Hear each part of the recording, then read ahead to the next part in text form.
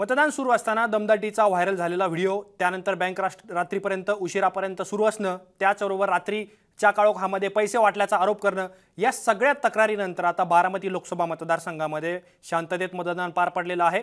सुनेत्रा पवार आणि सुप्रिया सुळे या दोन महिलांमध्ये ही निवडणूक होत असली तरी सुद्धा शरद पवार आणि अजित पवार या दोन नेत्यांमध्ये बारामतीच्या वर्चस्वासाठी ही निवडणूक पार पडते। खऱ्या अर्थाने आतापर्यंत राष्ट्रवादीच्या उमेदवाराला गेल्या अनेक निवडणुकांमध्ये जे बारामती आणि इंदापूर या दोन तालुक्यातून मताधिक्य मिळतं, लीड मिळतं, ते लीड इतर मतदारसंघामध्ये जे राष्ट्रवादीच्या उमेदवाराचं लीड कमी होतं तिथून भरून काढलं जातं। त्यामुळे कुठेतरी इंदापूर आणि बारामती या दोन तालुक्यांवरती अजित पवार आणि शरद पवार या दोन्ही नेत्यांनी लक्ष केंद्रित केलेलं होतं। या दोन्ही नेत्यांकडून बारामती आणि इंदापूरमध्ये सातत्याने प्रचार सभा घेण्यात येत होत्या। त्याचबरोबर पवार कुटुंबामध्ये जी उभी फूट असली तरी सुद्धा दोन्ही गटांकडून या प्रामुख्याने या दोन्ही तालुक्यांवरती लक्ष केंद्रित करण्यात आलेलं होतं।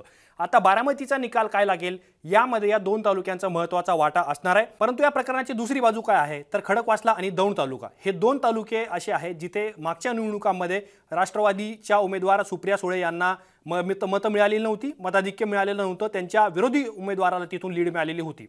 तर आता इंदापूर आणि बारामतीमध्ये काय होईल यावरून चर्चा सुरू असतानाच खडकवासला आणि दौंड हे दोन तालुके बारामती लोकसभा मतदारसंघामध्ये पुढचा खासदार ठरवतील का, या सगळ्या प्रश्नांची उत्तरं आपण पुढच्या काही मिनिटांमध्ये समजून घेणार आहोत। नमस्कार, मी आतिक आणि तुम्ही पाहताय मुंबईत। दौंड आणि खडकवासला विधानसभा मतदारसंघामध्ये राजकीय समीकरणं कशी बदलतायत, कशी बदलली आणि कशी बदलू शकतात हे जाणून घेण्यापूर्वी 2019 मध्ये दौंड आणि खडकवासला या दोन्ही विधानसभा मतदारसंघामधून कुठल्या उमेदवाराला किती लीड मिळालं होतं हे सुरुवातीला आपण पाहणार आहोत। 2019 साली राष्ट्रवादीच्या उमेदवार सुप्रिया सुळे यांना 86,993 मतं मिळाली होती, तर भाजपच्या उमेदवार कांचन कुल यांना 1,52,487 मतं मिळाली होती। एकूण सारासार आपण जर विचार केला तर खडकवासल्यातून भाजपच्या उमेदवार कांचन कुल यांना 65,494 मतांची इतकी लीड मिळालेली होती। खऱ्या अर्थानं खडकवासला हा विधानसभा मतदारसंघ पुणे शहराला लागून आहे।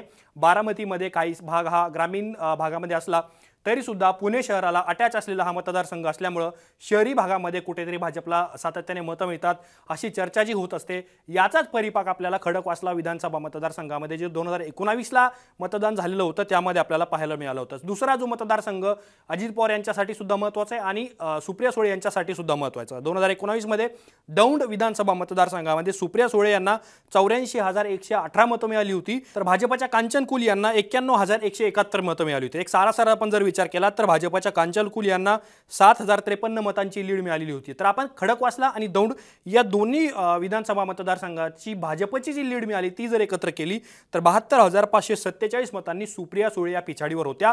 72,000 ची जी लीड होती ही लीड भाजपला मिळालेली होती। त्यामुळे आता इंदापूर आणि बारामतीची जरी चर्चा सुरू असली तरी दौंड आणि खडकवासला हे दोन विधानसभा मतदारसंघ कोणत्या उमेदवाराला लीड देणार हे सुद्धा अत्यंत महत्त्वाचं ठरणार आहे। आता या दोन विधानसभा मतदारसंघामध्ये गणित कसं बदलतंय तर अजित पवार यांनी महायुती जॉईन केलेली आहे। त्यानंतर भाजपचे जे बारामती लोकसभा मतदारसंघातले नेते आहेत ते सुद्धा सुनेत्रा पवार यांच्यासाठी ते प्रचार करत होते, त्यांनी मदत केल्याचं आपल्याला पाहायला मिळालं।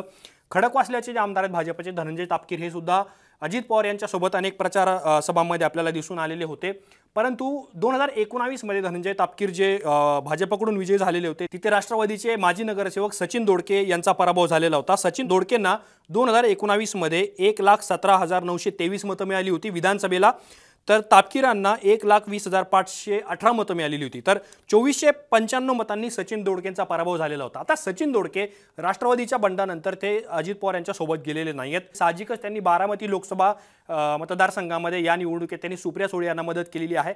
आतापर्यंतचा आपण ट्रेंड बघितला तर खडकवासल्यामध्ये यांना लीड मिळत नाहीये सुळेंना, परंतु सचिन दोडके हे शरद पवारांच्या राष्ट्रवादी सोबत असल्याने सुप्रिया सुळेंना खडकवासल्यातून लीड मिळू शकतं।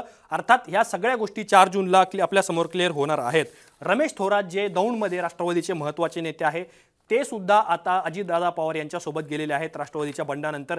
दुसरीकडे भाजपचे जे आमदार आहेत राहुल कुल हे सुद्धा अजित पवार यांना मदत करतात। त्यामुळे एका अर्थाने आपण जर नेत्यांचं जर समीकरण बघितलं तर दौंडमध्ये राहुल कुल आणि रमेश थोरात हे दोन महत्त्वाचे नेते सध्या अजित पवार यांच्यासोबत आहे।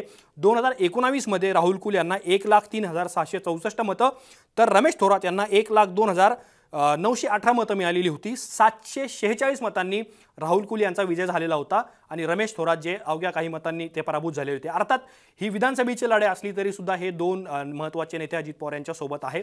त्यामुळे आपण या दोन्ही मतदारसंघांचा जर विचार केला तर खडकवासल्यामध्ये सचिन दोडके जर सोडले तर दोन्ही मतदारसंघातले महत्त्वाचे नेते अजित पवार यांच्या सोबत आहे।